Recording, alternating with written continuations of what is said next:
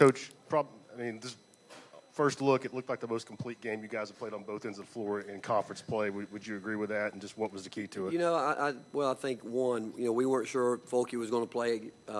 He hadn't done anything with us on the court since our last game, and he wasn't even over here walk through today. I don't even think he warmed up with the guys, but he said he'd give us what he could. And you look at what he did tonight, I think it was really pretty remarkable. And Eve too wasn't feeling the best he could feel, but I thought that Ticket, Olivier, Santi, and Jalen, all those guys gave us more. They did, and there's no doubt that the first half, once we settled in, we had a couple of silly turnovers to start the game, but again, from start to finish, we were pretty good on both ends. And once again, we knew they were going to continue to drive the ball at us hard, but we rebounded, and when we needed a basket, we had pretty good execution.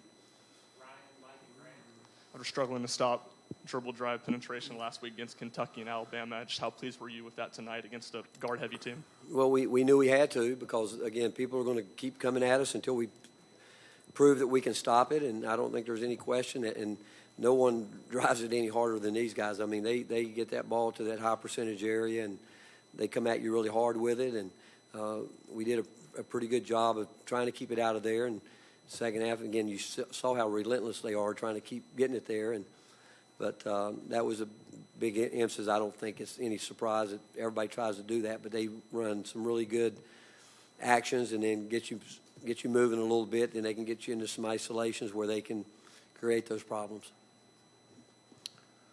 Did you do anything in particular on Mason Jones? It seemed like Devontae in particular really rose to the challenge of guarding him tonight. We felt if he were going to start, we're going to start Jalen on him to start with, because we felt like, again, we'd need JB a lot of minutes, and it's hard chasing him around, but we just really were going to give him a lot of attention and make sure that we made his catches tough, and because when he gets it, he can get going. He can be a load. But I thought both he and Jalen, and then we were switching. We were doing a lot of switching because, again, Eric does some really good stuff that when you got guys like that he's really trying to get them in position to score. And so we were going to switch 1 through 4 on him.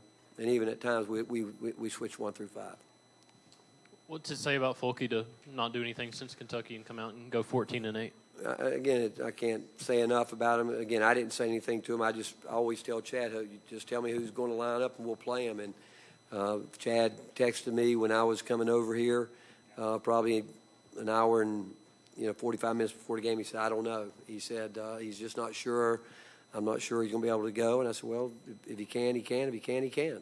And I think that he realizes that this time of year that I don't know if anybody's totally healthy, and I don't. I just think that he showed a lot of courage tonight in terms of knowing that we needed him, and he stepped up and helped his teammates a great deal.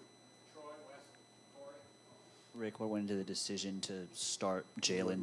Right here. Okay. What went into the decision to start Jalen today over Urosh? Production and matchups. Again, it's real simple with the Urosh and Olivier. We told them it's going to be strictly based. We've played enough basketball now. They've practiced enough that it's going to be strictly based on production. You go and you do your job, and we knew going into tonight's game that again we wanted to start Eve back inside to start the game. We just felt like we needed to get him going back where he's played most of his minutes this year, and we thought the matchups would work the way they worked, and we knew Jalen, we could count on him to do what we needed him to do tonight. And then we knew our first sub off the bench up front was going to be Olivier. And I thought Olivier, he did some good things. He really did. And again, we knew that the first guy off the bench would be Devontae. And so, again, we just knew with the matchups tonight, the biggest reason we went the way we went was to get Eve back inside to start the game.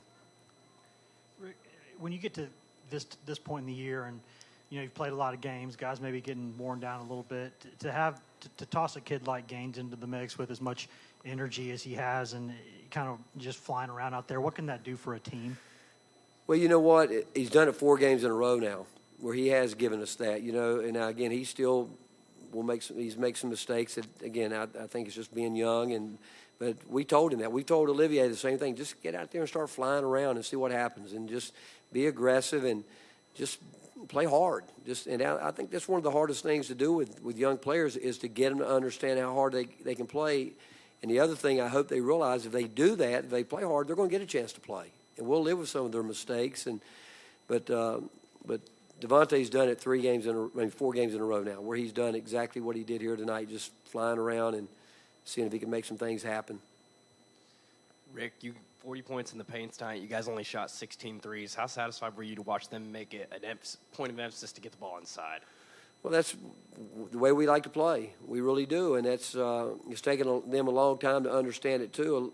But it's gone both ways. Where finally we've got post guys that are. I thought Eve had some terrific posts up tonight, and Folke was getting the ball there. But again, it goes both ways. Where you got to have somebody really wanting it in the post, and then you've got to be able to deliver it when it needs to get there. And I've got a lot of respect for Arkansas's defense. That when we told the guy coming into the game, you're not going to have much time. Those gaps are going to close. They're going to get in there. If you put it there, you put it on the floor, they're going to come take it from you. And so we really tried to get movement, ball movement, player movement, to hopefully give those guys a little bit of room in there to work with. Just Vescovi, what did you see out of him that enabled him to be so productive, season high in points and assists? Well, anytime you can shoot the ball the way he does, it allows you to be a little bit quicker than you might look, because they have to respect that shot fake. They've got to respect his little fakes, because he has deep range, and he's what makes him such a pretty darn shooter is he's a set shot shooter kind of. But the fact that he is out there and they know he shoot it deep, they crowd him a little bit. That little shot fake gives him a chance to get by people, and when he gets in the lane, he likes to pass the ball. He does, and I told him one time, I said, he threw a floater up there that was a really pretty bad possession. But for a freshman, I keep telling everybody, for what that guy has done and the way it's gone about, it's really remarkable. I mean, how he's been able to, and he learns. I mean, he's a fast learner. He knows, like he was tired tonight when they started doubling in the backcourt. He got sloppy, and he knows it. And but he's got to, again, he'll learn from it. He does. He learns from his mistakes about as well as anybody that we've coached. And pressure really doesn't bother him. You know, he just got to get stronger and quicker with it and make things happen a little bit sooner.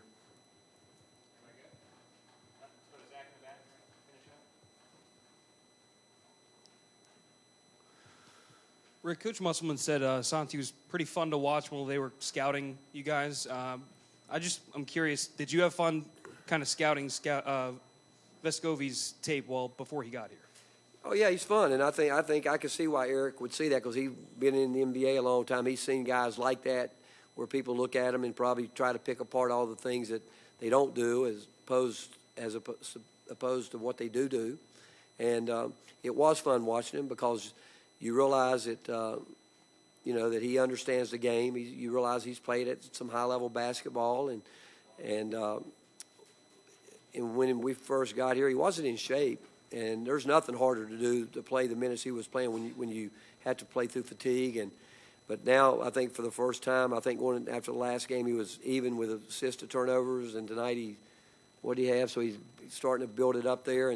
But the last couple of games, he's done a much better job taking care of it. But it was fun watching him, because you just realize that he's got a great feel for the game, and he sees things a step ahead of what some guys do. And the fact he's been able to really try to understand our offense has been, all I can say, is pretty remarkable.